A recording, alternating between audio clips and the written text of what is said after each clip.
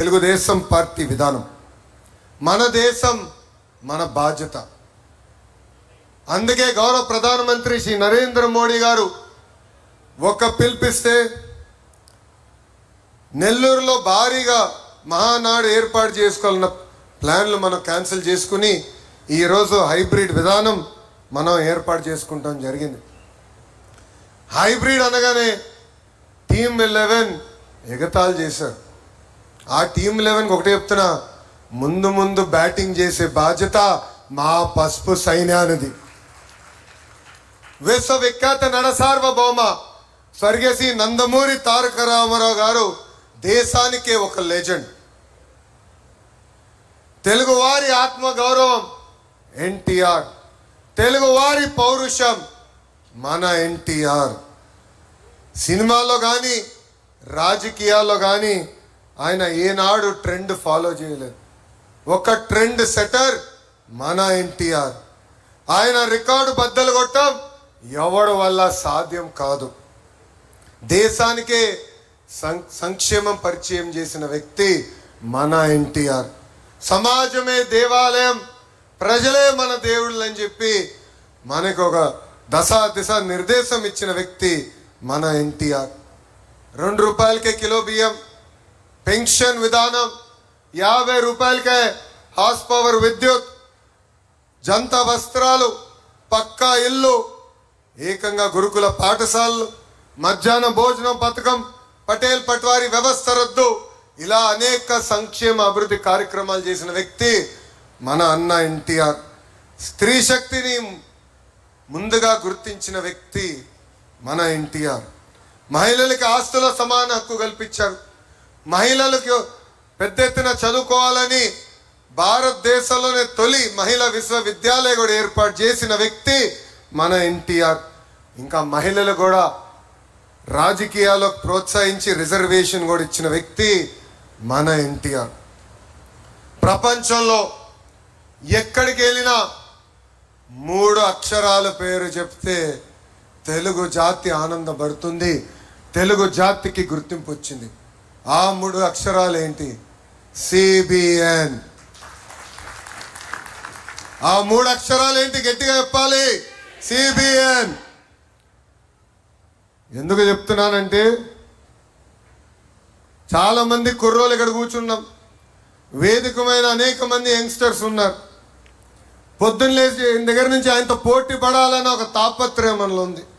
కానీ ఒక విషయం మర్చిపోతున్నాం, 25 సంవత్సరాల కుర్రోలు 3 ఉన్నారు ఆయన లోపల. ఇప్పటికీ ఆ స్పీడు మేము అందుకోలేకపోతున్నాం. ఇప్పటికీ ఆయన స్పీడ్ జెట్ స్పీడ్. గతంలో కియా తీసుకొస్తే ఇప్పుడు ఫైటర్ జెట్స్ తీసుకొచ్చిన వ్యక్తి. అప్పుడు ఐటీ అంటే ఇప్పుడు ఏఐ, అప్పుడు హైటెక్ సిటీ అంటే ఇప్పుడు క్వాంటమ్ వ్యాలీ, అప్పుడు సైబరాబాద్ అంటే ఇప్పుడు అమరావతి రూపశిల్పి మన నాయకుడు సిబిఎన్.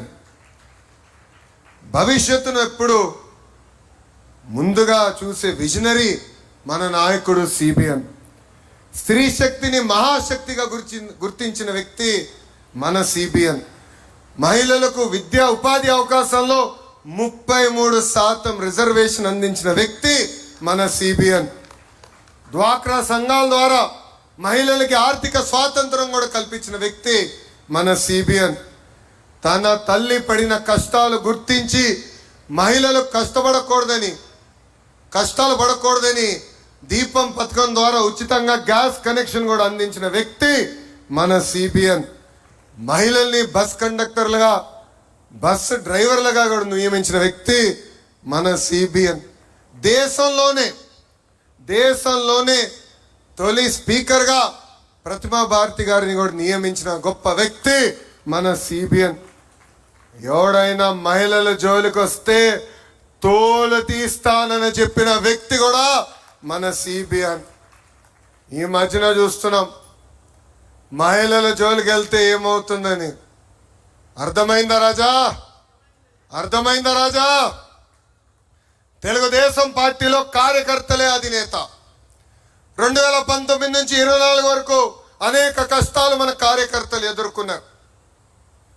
బయటికి రాకుండా తాళగట్టిన రోజులు, ఒక పోరాటం చేస్తే దొంగ కేసులు పెట్టిన రోజులు. ఏకంగా మీ లోకేష్ పైన 23 కేసులు పెట్టారు. వేదిక మీద నాయకులందరి పైన కేసులు పెట్టారు. కానీ ఆనాడే చెప్పాం, మాట తప్పం మడిమ తిప్పాం, మేము తగ్గేదే లేదని ముందరికి నడిచాం. మనందరం చూసాం, మెడపై కత్తి పెట్టి వాళ్ళ నాయకుడికి జై కొట్టమంటే జై తెలుగుదేశం, జై చంద్రబాబు అని చెప్పి ప్రాణాలు కోల్పోయాడు తోట చంద్ర. ఈరోజు నేను గర్వంగా చెప్తున్నా, తోట చంద్ర కొడుక్కి ప్రభుత్వం ఉద్యోగం ఇచ్చిన ఘనత కూడా మన ఎన్డీఏ ప్రభుత్వాన్ని. నామినేషన్ పత్రాలు లాక్కుని దాడి చేస్తే మీసాలు మిలేసి తొడగొట్టాడు మన అంజిరెడ్డి తాత. అంతేకాదు, ఏకంగా వైకాపా రౌడీల దాడిలో రక్తం కారుతున్న చివరి ఓటు పడే వరకు ఓటింగ్ బూత్ లో నిలబడారు మన మంజుల గారు. వైసీపీ గూండాలు ఏకంగా వచ్చి కంటి చూపు పోయే విధంగా పొడిచినా ఎత్తిన పసుపు జెండా దించకుండా నిలబడింది మన చెన్నుపాటి గాంధీ. ఇలాంటి నాయకుల్ని మనందరం స్ఫూర్తిగా తీసుకుని తెలుగుదేశం పార్టీని ముందరకు నడిపించాల్సిన బాధ్యత ఉంది. కేసుల కోసం భయపడం, ఏనాడు వెనక తిరిగి మనం చూడలేదు. వేదికమైన అనేక నాయకుల్ని అరెస్ట్ చేశారు. మన అచ్చన్న గారు కానివ్వండి, కొల్లు రవి గారు కానివ్వండి, ఇట్లా అనేక మందిని అరెస్ట్ చేసి జైలుకి పంపించిన మనం ఎప్పుడూ వెనక్కి తగ్గలేదు. అందుకే వై నాట్ 175 అంటే చివరికి టీమ్ 11 మిగిలే పరిస్థితి ప్రజలే ఇచ్చారు. 2024 ఎన్నికల్లో అందరం కలిసికట్టుగా రికార్డులు బద్దలు కొట్టాం. భారతదేశ చరిత్రలో ఎప్పుడు జరిగిన విధంగా 94% స్థానాలు మనం కైవసం చేసుకున్నాం. 175 నియోజకవర్గాలు 164 స్థానాలు ఎన్డీఏ సొంతం చేసుకుంది. శ్రీకాకుళంలో 10 out of 10, విజయనగరంలో 9 out of 9, తూర్పుగోదావరి జిల్లాలో 19 out of 19, వెస్ట్ గోదావరి జిల్లాలో 15 out of 15, కృష్ణాలో 16 out of 16, గుంటూరులో 17 out of 17, నెల్లూరులో 10 out of 10, అనంతపూర్లో కూడా 14 out of 14. అంటే 8 ఉమ్మడి జిల్లాల్లో క్లీన్ స్వీప్ వచ్చింది. కడప జిల్లాలో కూడా 10 నియోజకవర్గాలకి 7 నియోజకవర్గాలు ఎన్డీఏ కైవసం చేసుకుంది. ప్రజలు ఆశతో మనం గెలిపించారు. వాళ్ళకి అహర్నిశలు కష్టపడాలని వాళ్ళు కోరారు. అందుకే ప్రజాప్రభుత్వం సుపరిపాలన అందిస్తుంది. ఎన్ని ఆర్థిక ఇబ్బందులు ఉన్నా ఇచ్చిన హామీలని ఒక పద్ధతి ప్రకారం మనం నిలబెట్టుకుంటాం, ముందరికెళ్తున్నాం. ఒక పెన్షన్ తీసుకోండి, భారతదేశంలోనే ఏ రాష్ట్రం ఇవ్వని విధంగా వృద్ధులకి 4,000 రూపాయల పెన్షన్ మన చంద్రబాబు నాయుడు గారు అందిస్తున్నారు. వికలాంగులకి 6,000, బెడ్కి పరిమితం అవుతే 15,000 రూపాయలు పెన్షన్ మనం అందిస్తున్నాం. అన్నా క్యాంటీన్లు తిరిగి ప్రారంభించాం. మెగా డిఏసి ద్వారా 16,000 ఉద్యోగాలు మనం అందించాం. మన హోంమంత్రి గారి నాయకత్వంలో 6,000 కానిస్టేబుల్ పోస్టులు కూడా మనం భర్తీ చేస్తాం జరిగింది. ఏకంగా జాబ్ క్యాలెండర్ ద్వారా 10,000 పోస్టులకి కూడా మనం నోటిఫికేషన్ విడుదల చేశాం. మా చేనేత సోదరులకి అండగా నిలబడడానికి హ్యాండ్లూమ్ ఉంటే 200 యూనిట్లు, ఇంట్లో పవర్ లూమ్ ఉంటే 500 యూనిట్లు ఉచిత కరెంటు కూడా మన ప్రభుత్వం అమలు చేసింది. మత్స్యకారుల సేవలో కూడా అన్నదాత సుఖీభవ, స్త్రీ శక్తి కింద ఉచిత బస్, దీపం పథకం లాంటి అనేక సంక్షేమ కార్యక్రమాలు మనం అమలు చేస్తున్నాం. అంతేకాదు, ఇంట్లో ఎంతమంది పిల్లలుంటే అంతమంది పిల్లలకి తల్లికి వందనం ఇచ్చిన ఏకైక ప్రభుత్వం మన ఎన్డీఏ ప్రభుత్వం. ఎన్నికల ముందర కూడా ఒకే హామీ ఇచ్చాం, ఒకే రాష్ట్రం ఒకే రాజధాని, కానీ అభివృద్ధి వికేంద్రీకరణ. ఈరోజు భారతదేశంలో 100 రూపాయలు పెట్టుబడులు వస్తే దాంట్లో 25 రూపాయలు ఈరోజు ఆంధ్ర రాష్ట్రానికి వచ్చిన ఘనత. ఒక Google, Arcelor Mittal, royal Enfield, ఏకంగా ఫైటర్ జెట్లు తయారు చేసే పరిశ్రమలు కూడా మన ఆంధ్ర రాష్ట్రానికి తీసుకొచ్చాం. ఈ సభాముఖంగా ఆ టీమ్ 11 కెప్టెన్కి నేను ఒక బంపర్ ఆఫర్ ఇస్తున్నా. డేట్ టైం మీరు నిర్ణయించండి. సంక్షేమ అభివృద్ధి పైన చర్చించడానికి నేను సిద్ధం, మీరు సిద్ధమా అని అడుగుతున్నా. అభివృద్ధి సంక్షేమం హడావిడిలో పడిపోయి గత పాలకులు చేసిన విషయాలు మనం మర్చిపోతున్నాం. మనందరం చూసాం బలహీన వర్గాలపైన వాళ్ళు ఎట్లా దాడి చేశారు. ఎంతో మంది బీసీ, ఎస్సీ, ఎస్టీ, మైనారిటీ సోదరుల్ని వాళ్ళు చంపేశారు. వాళ్ళ అక్కని వేధించని అడిగినందుకు అమర్నాథ్ గౌడ్ని ఏకంగా కిరోసిన్ పోసి ఆనాడు చంపేశారు. ఇది మనందరం గుర్తుపెట్టుకోవాల్సిన అవసరం ఉంది. ఇంతేకాదు, ఒక దళిత డాక్టర్ ఫేస్ మాస్క్ అడిగినందుకు సుధాకర్ గారిని చంపేశారు. వాళ్ళ పార్టీకి చెందిన ఎమ్మెల్సీ ఏకంగా వాళ్ళ దళిత డ్రైవర్ సుబ్రహ్మణ్యం చంపేసి శవాన్ని కూడా డోర్ డెలివరీ చేశారు. నంద్యాలలో అబ్దుల్ సలాం మొత్తం కుటుంబం కలిసికట్టుగా వైకాపా నాయకులు వేధింపులు మేము భరించలేమని కుటుంబం మొత్తం ఆత్మహత్య చేసుకుంది. వైకాపా నాయకుడు కూతురు కన్నా వాళ్ళ కూతురికి ఎక్కువ మార్కులు వస్తుందని మిస్బా తల్లిదండ్రుల్ని వేధించారు. అది తట్టుకోలేక బుక్లో రాసి మరీ ఆ రోజు ఆత్మహత్య చేసుకుంది మిస్బా. ఇవన్నీ మనం గుర్తుపెట్టుకోవాలి. ప్రజల్లోకి తీసుకెళ్లాల్సిన బాధ్యత నాయకులు, కార్యకర్తల పైన ఉంది. ఈ మధ్యన గొడ్డలి పార్టీ అంటే సైకోకి కోపం వచ్చింది. ఆ సైకోకి ఒకటే చెప్తున్నా, మాది గూగుల్, మీది గొడ్డలి, మాది ఫైటర్ జెట్స్, మీది ఫ్యాక్షన్, మాది కియా అవుతే మీది క్యాట్, మీది కిడ్నాప్. బాబు గారు చెప్పినట్లు both are not the same brother. బాబాయిని చంపింది గొడ్డలతోనే కదా సైకో. సొంత తల్లిని, చెల్లిని మెడబట్టి బయటికి గెంటేసింది మీరు కాదా? ఇవన్నీ మర్చిపోయారు అనుకుంటున్నారా ప్రజలు? మా నాయకుల్ని మీరు ఎట్లా చంపారో మేము మర్చిపోయామా అనుకుంటున్నారా? అందుకే మీ పార్టీని గొడ్డలి పార్టీ అని ఈరోజు మేము పిలుస్తాం జరిగింది. తెలుగుదేశం పార్టీ సిద్ధాంతాలే మన బలం. తెలుగుదేశం పార్టీ సిద్ధాంతాలే మన ఫౌండేషన్. మారిన కాలానికి సిద్ధాంతాల్ని కొన్ని సవరణ చేశాం.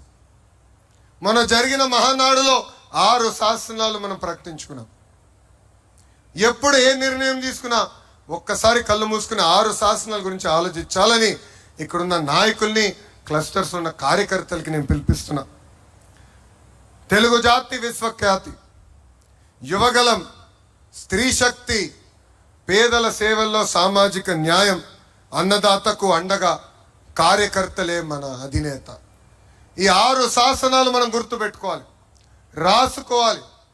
ఏ నిర్ణయం తీసుకున్నా ఈ 6 శాసనాలు ఒక్కసారి ఆలోచించి నిర్ణయం తీసుకోవాలని అందరినీ కోరుతున్నా. నేను పార్టీలో సంస్కరణలు తీసుకొచ్చేదానికి ఆర్ఎన్ఎస్ఎల్ పోరాడా, ఇప్పుడు కూడా పోరాడుతూనే ఉంటా. వేదిక మన పాలిట్ బ్యూరో సభ్యులందరూ తెలుసు, ఆనాడు జిల్లా పార్టీ వ్యవస్థ నుంచి పార్లమెంట్ పార్టీ వ్యవస్థ తీసుకొచ్చేదానికి సుమారుగా 2 సంవత్సరాలు నేను పోరాడా. నేను అనుకుంది సాధించలేకపోతే నేను అలిగి ఇంట్లో పడుకోలే.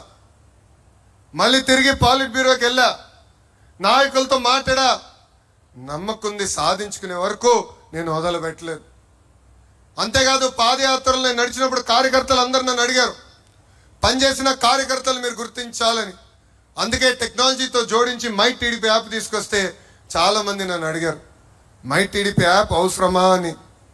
కానీ ఈరోజు చూడండి, గ్రామ స్థాయిలో ఏ కార్యక్రమం జరిగినా ఎవరు పనిచేశారో ఎవరు పనిచేయలేకపోయారో పార్టీకి నేరుగా తెలుస్తుంది.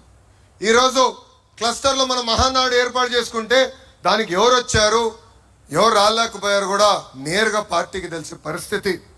అందుకే పార్టీ చరిత్రలో ఎప్పుడు లేని విధంగా ఒక మండల్ పార్టీ అధ్యక్షురాలు శ్రీదేవి గారిని ఏకంగా పాలిట్ బ్యూరోకి తీసుకొచ్చిన ఘనత మన నాయకుడు చంద్రబాబు నాయుడు గారిది.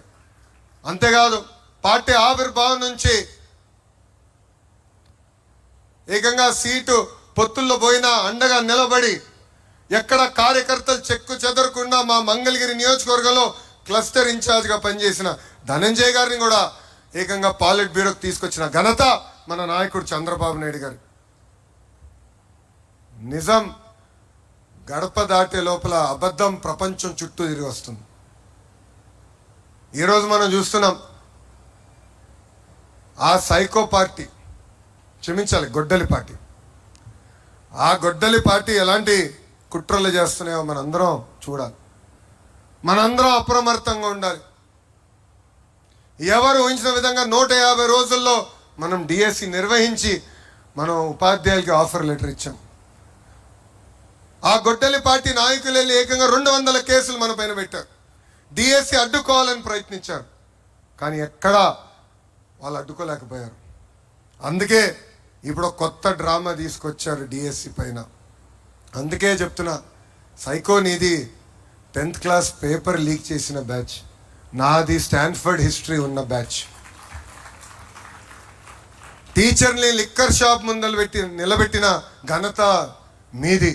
టీచర్ని సింగపూర్కి ట్రైనింగ్ పంపించిన ఘనత మాది. 5 ఏళ్ళలో ఒక్క టీచర్ పోస్ట్ భర్తీ చేయలేని ఘనత మీదవుతే, మేము అధికారంలోకి వచ్చిన తొలి సంవత్సరంలోనే 16,000 టీచర్ పోస్టులు భర్తీ చేసిన ఘనత మాది. జాబ్ క్యాలెండర్ అని సాక్షి క్యాలెండర్ మీరిస్తే ఏకంగా సంవత్సరం పూర్తయిన తర్వాత అద్భుతంగా 10,000 ఉద్యోగాలతో జాబ్ క్యాలెండర్ కూడా విడుదల చేసిన బ్యాచ్ మాది. భూమి కంటే ఎక్కువ భారం మోసేది మహిళ. కొంతమంది మహిళలు కించపరిచే విధంగా తెలుగు వాడుక భాషలో కొన్ని పదాలు వాడతారు. గాజులు తొడుక్కునేవా, చీర కట్టుకునేవా, అమ్మాయిలాగా ఏడవద్దని మాట్లాడతారు. నేను అనేక ప్లాట్ఫామ్స్లో దీని గురించి మాట్లాడా. ఈ పదాలకి ఫుల్ స్టాప్ పెట్టాల్సిన బాధ్యత ఇక్కడ ఉన్న మనందరిపైన ఉంది. మహిళల్ని గౌరవించాల్సిన బాధ్యత మనందరిపైన ఉంది. మనం చూసాం. నేను విద్యాశాఖ మార్చులు అయిన తర్వాత స్కూల్ బుక్స్లో ఇంటి పనులన్నీ ఆడవాళ్ళు చేసే ఫోటోలు ఉండేది. అలాంటిది ఇప్పుడు 50% చేశారు. అంటే 50% ఫోటోలు ఆడవాళ్ళు చేస్తున్నారు, 50% ఫోటోలు మగవాళ్ళు చేస్తున్నారు ఇంటి పనులు. ఎందుకంటే మార్పు మన ఇంటి నుంచి మొదలవ్వాలి. మార్పు అనేది మన పాఠశాల నుంచి మొదలవ్వాలని బలంగా నేను నమ్ముతున్నా. మన పార్లమెంట్లో మహిళా బిల్ కేంద్ర ప్రభుత్వం, ఎన్డీఏలో ఉన్న పార్టీలందరూ మద్దతు తెలిపి మహిళల కోసం రిజర్వేషన్ డీలిమిటేషన్ బిల్ మనం ప్రవేశపెట్టాం. మనం స్త్రీ శక్తిని నమ్ముకున్న వారు. ఆ బిల్కి సంపూర్ణ మద్దతు మనం తెలిపాం. కానీ ప్రతిపక్షంలో ఉన్న కాంగ్రెస్ పార్టీ, దాంతోపాటు ఉన్న కొంతమంది అలయన్స్ పార్ట్నర్స్ అందరూ ఆ బిల్లు ముందరికి వెళ్ళకుండా చేశారు. అందుకే ఈ వేదికగా నేను ఒక ప్రతిపాదన చేస్తున్నా. రాబోయే రోజులు పార్లమెంట్లో బిల్ పాస్ అయినా అవ్వకపోయినా తెలుగుదేశం పార్టీ కనీసం 33% స్థానాలు మహిళలకి రిజర్వ్ చేయాలని నేను ఈ సభాముఖంగా తీర్మానం చేస్తున్నా. అంటే కనీసం 33% సీట్లు మహిళలకు అందించాలని. I strongly believe that the next era of Indian politics belongs to women leadership. India took a historic step by bringing the Women's Reservation Bill. Our vision is clear. Women must not remain beneficiaries alone. Women must become decision makers. Unfortunately, in the recent parliament session, opposition parties rejected this bill. Many parties talk about women empowerment during elections and forget about them after elections.